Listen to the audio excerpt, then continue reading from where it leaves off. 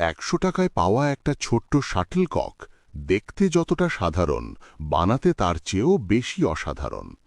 এই শাটলকক তৈরির শুরু হয় এক বিশেষ ধরনের কাঁচা কর্ক দিয়ে। মেশিনে বসিয়ে কর্কগুলোকে গোল গোল টুকরো করা হয়, ঠিক যেন কাঁচা উপাদান ধীরে ধীরে শিল্পে রূপ নিচ্ছে। এরপর সেই টুকরোগুলো ঘষে ঘষে তৈরি করা হয় শাটলককের কোর। প্রতিটি ঘষায় লুকিয়ে থাকে কারিগরের অভিজ্ঞতা আর নীরব ধৈর্য। তারপর কর্কের ভেতরে করা হয় নিখুঁত ছিদ্র, যেখানে বসবে পাখনার প্রাণ।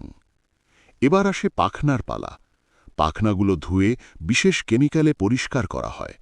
রোদে শুকিয়ে সেগুলো হয়ে ওঠে ঝকঝকে সাদা, যেন সকালের আলোয় ধোয়া মেঘ। এরপর পাখনাগুলো নির্দিষ্ট সাইজে কেটে এক এক করে কর্কের ভেতরে বসানো হয়। সুতো দিয়ে সেলাই করা হয় এমনভাবে যেন প্রতিটি সেলাই শাটলককের শক্তিকে বেঁধে রাখছে। সেলাইয়ের ওপর ফেভিকল লাগিয়ে শুকানো হয়। শেষে লাগানো হয় লাল টেপ আর স্টিকার। পরিশ্রমের শেষে এক টুকরো পরিচয়ের মতো। সব শেষে এগুলো ডিব্বায় ভরে বাজারে পাঠানো হয়।